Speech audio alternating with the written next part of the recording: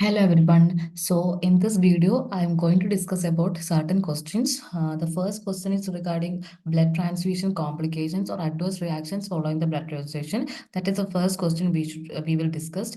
We will discussing. Then next is the signs of shock, that is clinical features of shock. That is the second question, and the third question is regarding the birth injury. That is the cephal hematoma, difference between cephal hematoma and caput succedaneum. So first we have to start with the adverse reactions following the blood transfusion, the complications following the blood transfusion. We have blood transfusion reactions are there. If a transfusion reaction occurs, the blood pack labels and the patient identity have to be checked first.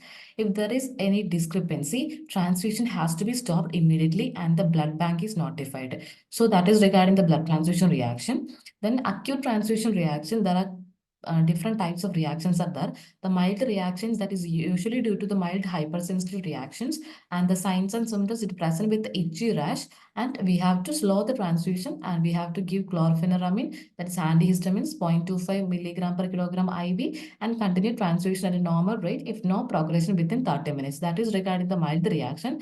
Then about the moderately severe reaction, that is usually due to morbid hypersensitivity to plasma proteins, non-hemolytic reactions, pyrogens, or the bacterial contamination. And it is present with a severe itchy rash, that is urticaria, flushing, fever greater than 39 degree Fahrenheit, uh, fever greater than 39 degrees Celsius, then rigors, restlessness, and tachycardia. And we have to manage this condition with the, that is, we have to stop the transfusion, give IV hydrocortisone 10 milligram per kilogram IV, and chlorpheniramine 0.25 milligram kg, give bronchodilator if wheezing is present, and send the following to the blood bank, that is blood transfusion set, blood sample from the another site, and urine sample collected over 24 hours, and restart the transfusion slowly with new blood set and observe. That is the management for the moderately severe reaction. Then about the life-threatening reactions, that is majorly due to hemolysis, bacterial contamination, and septic shock, fluid overload, and anaphylaxis. That is the reason for the life-threatening reactions, and it is present with the fever with rigors, restlessness, tachycardia, tachypnea, and shock, lower back pain and dysuria, dark urine, that is hemoglobinuria, unexplained bleeding and confusion and collapse. These are the presenting features in the case of life-threatening reaction. So we have to stop the transfusion, maintain airway and give oxygen because it is a life-threatening condition. So we have to stabilize the patient first. Give epinephrine 0.1 ml per kilogram of 1 is to 10,000 solution. Give hydrocortisone, chlorpheniramine and bronchodilator. Notify the blood bank as sent samples. Maintain renal blood flow with the furosemide 1 milligram per kilogram IV. Heparin if there is presence of disseminated intravenous coagulation. Then give antibiotic if there is presence of septicemia. That is all regarding the types of reactions and their presenting complaints and the management. Then other complications are delayed transfusion reactions, which occurs 5 to 14 days after transfusion. There will be unexplained anemia will be the jaundice and malaise are the presenting features of the delayed transfusion reaction. And the transfusion associated circulatory overload is there. Then another complication is the autoimmune hemolytic anemia due to alloimmune antibodies present in the blood, and the steroids, immunoglobulins, and immunosuppressive agents are used, although response which may be more poor in the case of autoimmune hemolytic anemia. And the another is the TRALI, that is transfusion-related acute lung injury. It is a severe complication. Then we have the transfusion-induced graft versus host disease, rare. It is a rarely happen, but severe complication, especially in the immunocompromised patients. And then there will be other complications like through this blood transfusion, there will be transmission of the infectious agents in the blood is not properly screened for this infection.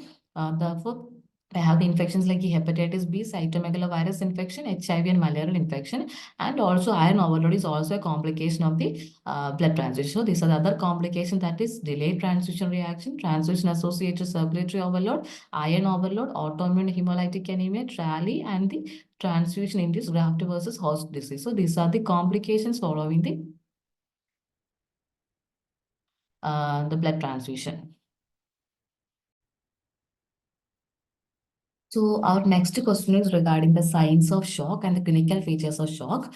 There will be key early features of shock like tachycardia, altered mental status like confusion, irritability, hypothermia or the hyperthermia, then tachypnea out of proportion for the age and level of fever, then have the peripheral vasodilation, That is for the vasodilatory warm shock. We have the flushing or vasoconstrictive, the cold shock that is called peripheries, and the CRT is greater than capillary refill time is greater than 2 seconds. That is the key early features of shock. Then according to clinical stages of shock, we have the features like we have different stages. That is compensatory stage, decompensated stage, and irreversible stage. In the compensated stage, there will be tachycardia, respiratory rate, BP, and pulse rate is normal, and the skin is cool, and the mental status is anxious, and the urine is normal. And in the decompensated state, there will be marked tachycardia, tachypnea, and the BP and pulse pressure is low, and there will be skin is mottled in appearance, and the mental status is obtended, and there will be oliguria. And the case of irreversible stage, there will be severe tachycardia, bradycardia, severe apnea or the tachypnea or severe hypotension, and the pulse pressure is markedly low, and the skin is cold or cyanotic, and there will be coma and anuria present. So that is regarding the clinical stage of shock. These are the features. Then what are the clinical features of individual types of shock? In the case of hypovolemic shock, there will be tachypnea without increased effort. That is called the quiet tachypnea. And then we have the tachycardia, normal BP or hypotension with a narrow pulse pressure, weak pulses, delayed capillary refill, and cool, pale, moderate, sweaty skin, and the signs of dehydration will be present. And in the case of distributive shock, there will be quite tachypnea unless there is pneumonia or ARDS or the cardiogenic edema. And then there will be tachycardia, early warm shock or late cold shock, with or without hypotension, bounding or weak pulse, brisk or delayed capillary refill, warm, flushed or pale, mottled skin, petechial or the purpuric rash is present. Signs of spinal cord injury is also present in the case of distributive shock. Then in the case of the cardiogenic shock, there will be tachypnea, retractions, nasal flaring, grunting due to the pulmonary edema, and there will be tachycardia, normal BP or hypotension with the normal pulse pressure. The weak or absent pulses is there, delayed capillary refill, and cold, pale, mottled, sweaty skin, and the signs of the congestive cardiac failure like hepatomegaly. That is because cardiogenic is due to heart diseases. So there will be signs of congestive heart failure like hepatomegaly, raised JVP, gallop rhythm, cyanosis, like in the case of congenital cyanotic heart disease, and also there will be presence of murmur. So that is regarding the signs of shock. The next question is regarding the difference between the carpal succedaneum and cephalhematoma, which occurs as a result of birth injury while the baby is passing through the birth canal during the birth process. The carpal succedaneum, that is a boggy diffuse swelling of a soft tissue over the presenting part, and it is pitting and non-fluctuant, not limited by the sutures, and it is disappears in few days, and it is a benign condition.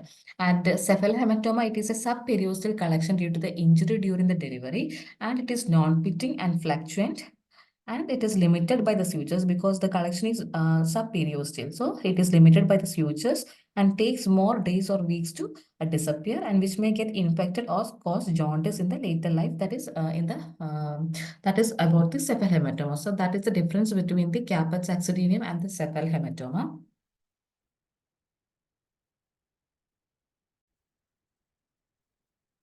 Then some questions usually asked as a one mark question of the short answers, like indicators of maternal and child health, like maternal mortality rate, neonatal mortality rate, and infant mortality rate. The maternal mortality rate, it is the number of the females deaths due to the complications of pregnancy, childbirth, 42 days of delivery from the puerperal causes in an area during a year, into 1 lakh per total number of live births in the same area and year. That is got the maternal mortality rate, that is number of female deaths due to this complication of pregnancy, childbirth, and 40 days of delivery from puerperal into during an year into 10,000, into 1 lakh divided by total number of live births in the same area and year. That is called the maternal mortality rate. At present, it is 178 per 1 lakh live births.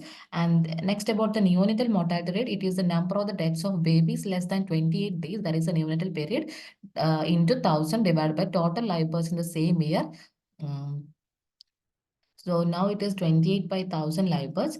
Then about the infant mortality rate, number of deaths less than 1 year. That is the infant age. That is number of deaths less than 1 year age in an year into 1,000 divided by number of live births in that year. That is called the infant mortality rate. So that is all regarding this video. We discussed about the blood transfusion reactions or complications of blood transfusion. Then about the signs of shock, then about the birth injury difference between the Caput succinum and sepal hematoma, then about the indicators of maternal and child health, like maternal mortality rate, infant mortality rate, and the neonatal mortality rate.